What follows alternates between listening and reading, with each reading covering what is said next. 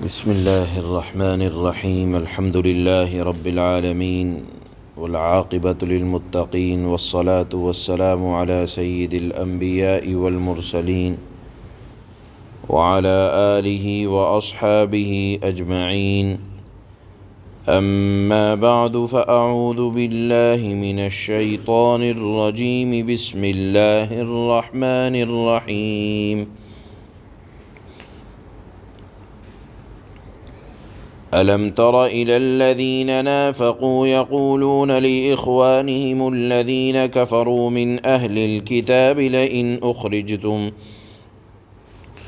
لئن أخرجتم لنخرجن معكم ولا نطيع فيكم أحدا أبدا وإن قوتلتم لننصرنكم والله يشهد إنهم لكاذبون.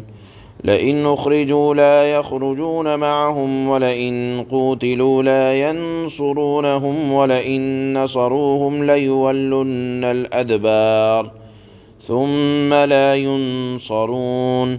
لأنتم أشد رهبة في صدورهم من الله، ذلك بأنهم قوم لا يفقهون. لا يقاتلونكم جميعا إلا في قرى محصنة أو من وراء جدر بأسهم بينهم شديد تحسبهم جميعا وقلوبهم شتى، ذلك بأنهم قوم لا يعقلون. صدق اللہ مولانا العلی العظیم۔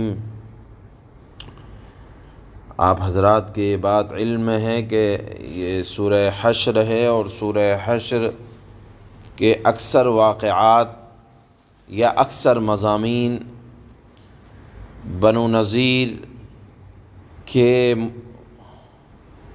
واقعے سے متعلق ہے۔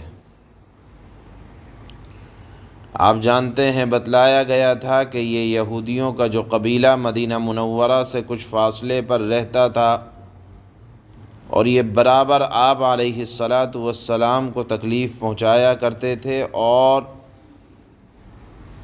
آپ علیہ السلام جب سمجھانے کے لیے ان کو پہنچے تو ان یہودیوں نے اللہ کے نبی کو العیاذ باللہ دھوکے سے آپ کو قتل کرنے کی سازش کی، جس کے نتیجے میں اللہ نے آپ کو اطلاع فرمائی اور آپ نے وہاں سے جانے کا ارادہ فرمایا، اور پھر اعلان کر دیا کہ اب ہم بدلہ لیں گے، چونکہ معاہدہ تھا، معاہدے کی خلاف ورزی کی۔ تو جب یہ معاہدہ ٹوٹا تو منافقین یہودیوں کو اکسانے لگے، یعنی مدینہ منورہ میں وہ لوگ جن کے دلوں میں نفاق تھا، وہ یہودیوں سے جا کر کہنے لگے کہ گھبرانے کی ضرورت نہیں ہے، ہم تمہارے ساتھ ہیں، اول تو جنگ کی نوبت نہیں آئے گی، اور اگر آ بھی گئی تو ہم تمہارے ساتھ دینے کے لیے تیار ہیں۔ اللہ نے فرمایا کہ دیکھو، مسلمانوں کو اللہ خطاب کر کے فرماتے ہیں کہ منافق کبھی اسلام کا ساتھ نہیں دیں گے، جن کے دلوں میں نفاق چھپا ہوا رہتا ہے، زبان پر کچھ دل میں کچھ، یا ایمان کی محبت دل میں نہیں ہوتی، تو کبھی بھی وہ اسلام کے لیے کھڑے نہیں ہو سکتے، اور اسلام کا رعب بھی ان کے دلوں میں بیٹھا ہوا ہے۔ اللہ اہل ایمان کو خطاب کر کے فرماتے ہیں کہ اگر نکلنے کی نوبت بھی آئے گی تو یہ نکل نہیں سکتے۔ اور ہوا بھی یہی کہ جب اللہ کے نبی نے یہودیوں کا محاصرہ بنو نذیر کا فرمایا تو یہ اپنے گھروں میں اطمینان سے بیٹھے رہے، اور پھر اللہ نے مسلمانوں کی عظمت کی وجہ سے خطاب کر کے فرمایا کہ اگر مقابلے کی نوبت آ بھی جائے تو یہ حضرات صحابہ کا مقابلہ نہیں کر سکتے، اس لیے کہ ان کے درمیان اخلاص ہے، اور اگر مقابلہ ہو بھی گیا تو یہ تاب نہیں لا سکیں گے۔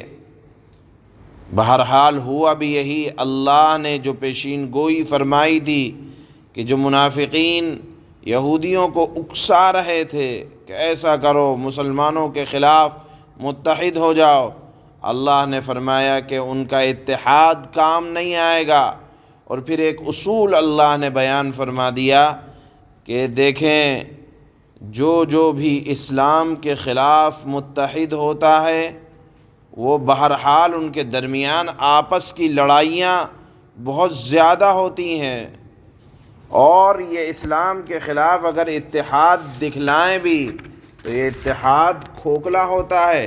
بأسہم بینہم شدید، ان کی آپس کی لڑائی بہت تیز ہوتی ہے۔ تحسبہم جمیعا وقلوبہم شتیٰ، اے مخاطب تو خیال کرتا ہے حالانکہ ان کے قلوب متفرق ہیں۔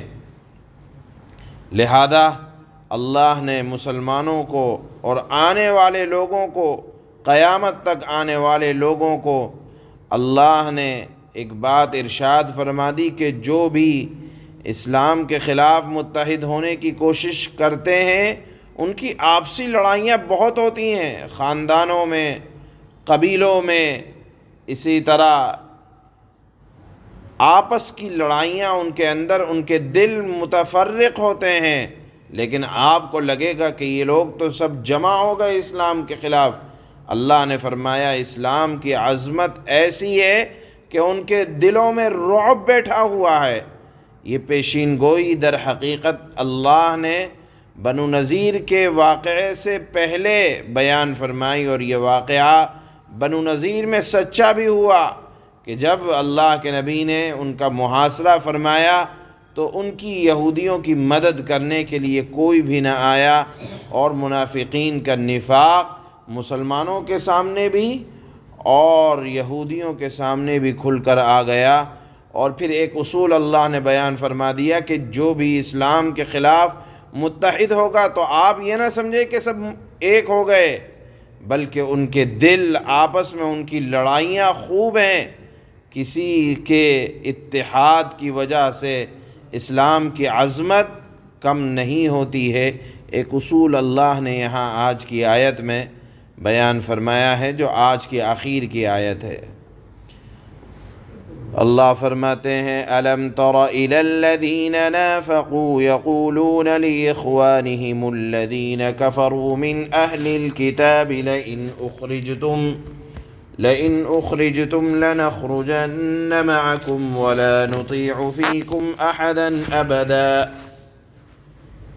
أَحَدًا أَبَدًا وَإِنْ قُوتِلْتُمْ لَنَنْصُرَنَّكُمْ وَاللَّهُ يَشْهَدُ إِنَّهُمْ لَكَاذِبُونَ۔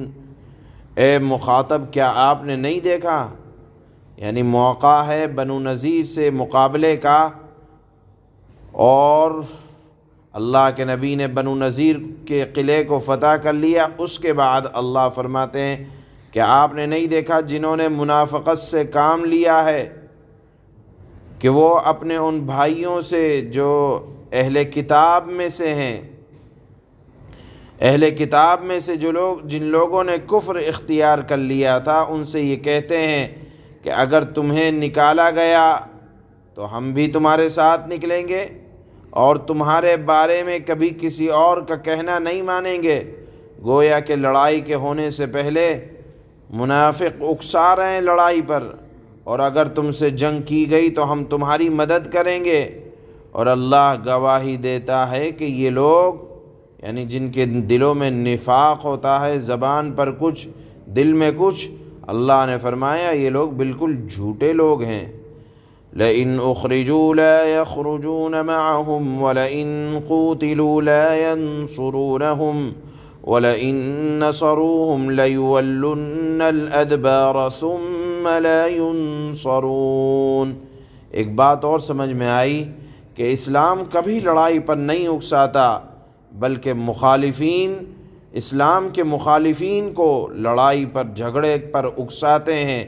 اسلام شروع میں سے لے کر اگر آپ دیکھیں دفاعی پوزیشن میں جتنی لڑائیاں ہوئیں سب دفاعی پوزیشن میں تھیں۔ اللہ فرماتے ہیں یہ پکی بات ہے کہ اگر ان اہل کتاب کو نکالا گیا تو یہ ان کے ساتھ نہیں نکلیں گے منافقین، اور اگر ان سے جنگ کی گئی تو یہ ان کی مدد بھی نہیں کریں گے، ڈرتے ہیں، اور اگر بالفرض ان کی مدد کی بھی گئی تو پیٹھ پھیر کر بھاگیں گے، پھر ان کی کوئی مدد نہ کر سکے گا۔ لَأَنْتُمْ أَشَدُّ رَهْبَةً فِي صُدُورِهِم مِّنَ اللَّهِ ذَلِكَ بِأَنَّهُمْ قَوْمٌ لَا يَفْقَهُونَ۔ مسلمانوں، حقیقت یہ ہے کہ ان کے دلوں میں تمہاری دہشت اللہ سے زیادہ ہے، یہ اس لیے کہ یہ لوگ ہیں جنہیں سمجھ نہیں ہے۔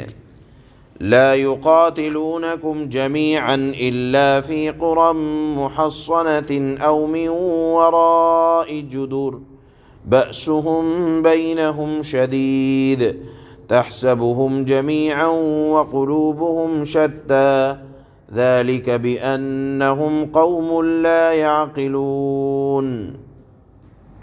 اللہ نے فرمایا یہ سب لوگ اکٹھے ہو کر بھی تم سے جنگ نہیں کریں گے مگر ایسی بستیوں میں جو قلعوں میں محفوظ ہوں، یا پھر دیواروں کے پیچھے چھپ کر مسلمانوں کو تباہ کریں گے، آمنے سامنے کی ہمت نہیں کر سکتے۔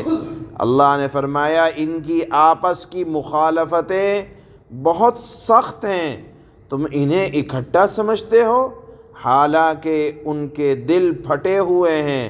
اگرچہ وہ اسلام کے خلاف اتحاد کا مظاہرہ کریں لیکن آپس کی مخالفتیں بہت ہیں۔ یہ اس لیے ہے کہ یہ وہ لوگ ہیں جنہیں عقل نہیں ہے۔ سبحان اللہ و بحمدہ۔